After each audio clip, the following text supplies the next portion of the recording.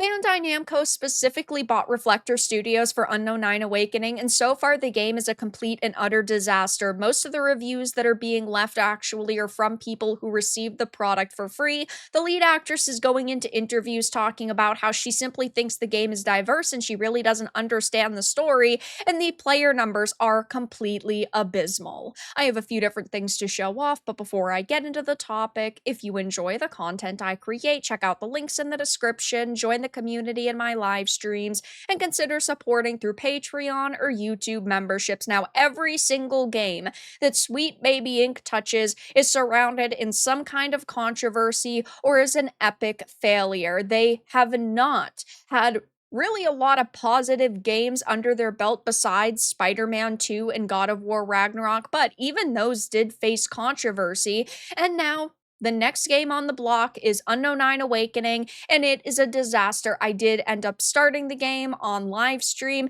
and it was terrible. It was buggy, it was glitchy, the gameplay is extremely repetitive, the areas are super linear, and the game really just isn't fun when you hear the cringeworthy, woman empowered dialogue and the very generic, I'm looking for, my teacher's story.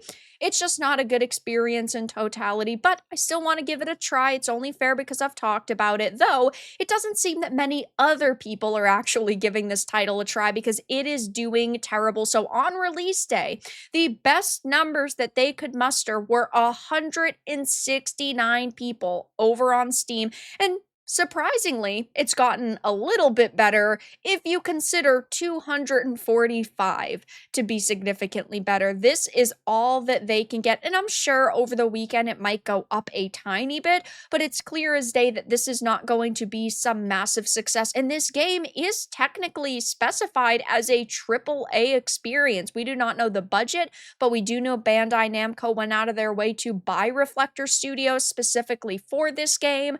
It's rumored that they spent like $50 million on the studio and that this game had like $100 million budget. That is not confirmed though. And judging by what I played, I have no idea where that money would have went if that is actually the truth. But 245 people is extremely terrible. I mean, we've seen a lot of Sweet Baby failures on this channel that I've talked about, and this certainly is one of the worst. I mean, it also only has 2,160 viewers right now over on Twitch. And hey, in my live stream, when you actually had the 169 people in game, I had nearly 900 people watching, which in my opinion is fantastic. That's primarily why I play these awful games on the channel, so you guys can see them but not spend your money. If I am buying one game for, in this case, $50, and 900 of you have decided not to purchase the title, that is costing this company thousands upon thousands of dollars, and that, in my opinion, is a fantastic experience. I want to cost them money if their game is extremely bad, and then you get to watch the live stream, your curiosity is satiated, and you also get to save a bit of money. But not only are the player numbers terrible, but funny enough, there's only 17 reviews right now, sitting at mostly negative. But if you really start paying attention, most of them received the product for free. So we're not even talking about people who, first of all, went out of their way to purchase this. I highly doubt this game is even getting a lot of purchases besides the few hundred that we know are confirmed, at least on Steam. It is on other platforms, don't get me wrong. Maybe on Xbox it's doing amazing, or PlayStation it's doing amazing. I don't think so, though. Typically the numbers are pretty close.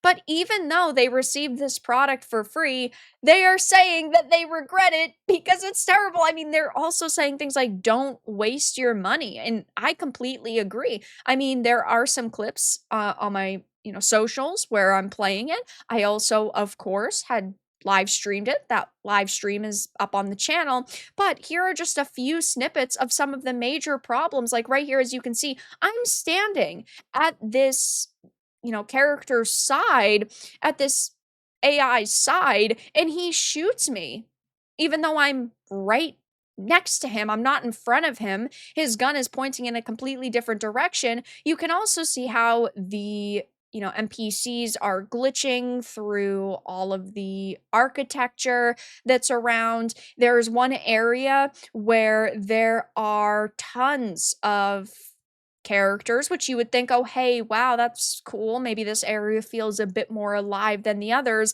But they literally copy and pasted some of the mobs 10 times. I counted one that was 11 times. It's just so disappointing and honestly pathetic to see because this is a title that you really expected people to purchase, but you thought that you could hand us trash, which is so insulting. And unfortunately, there are so many developers within the industry right now who hate us, who have no general respect for us, and they think that they can sell us trash like this. Look at him. He's moonwalking around. This is so completely pathetic, and it is sad to see because I want video games to release. I want them to be amazing. I don't want to sit here and say I want video games to fail because I don't. I want the industry to thrive. I would love if every single game that released was amazing, but when they're feeding us this slop, it's just not going to turn out well for them. Of course, we don't get any fun experiences anymore.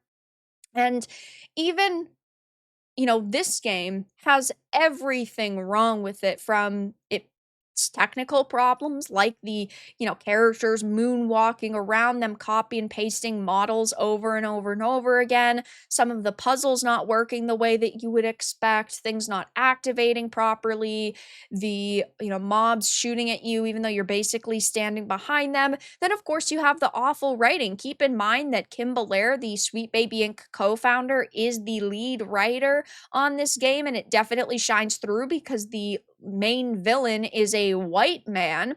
You, of course, have Haruna, the lead character, going on about how she's an empowered woman. Like, it is an extreme cringe fest, and it's a very simplistic story that, in my opinion, does not need to exist. So, this is just a title that is going to be forgotten in even a couple of weeks. Like, virtually nobody's playing it, even at launch, which is terrible for them. And I bet right now Bandai is panicking. They're also going through layoffs right now. They apparently, according to, reports, have games that have been canceled, and they have those employees sitting in empty rooms doing absolutely nothing during the workday, hoping that they will end up quitting. So Bandai, in theory, doesn't have to fire them, which is extremely scummy behavior if that is true. But right now, it seems that they are panicking. They're canceling games. They've got titles like this that are releasing. But this is what happens when you release DEI slop and you're focused on hiring activists like the Sweet Baby Inc. writers instead of competent writers who know what they're doing and know how to tell a half-decent story. So I will be continuing my playthrough over the weekend. I'm not exactly sure how long this is because, funny enough, all of the content creators online who typically do full uploads of games did not upload this game, and the developers never went into interviews saying how long it is. I don't think it's going to be extremely long though, but I will be continuing my playthrough, and my link to my first stream will be in the description in case you want to watch it. But that's all that I really had to discuss in this video. Let everyone know your thoughts in the comments below. If you enjoyed this, give it a like, and if you didn't, give it a dislike. I appreciate your support either way, but I'll talk to you all again in the next video really soon.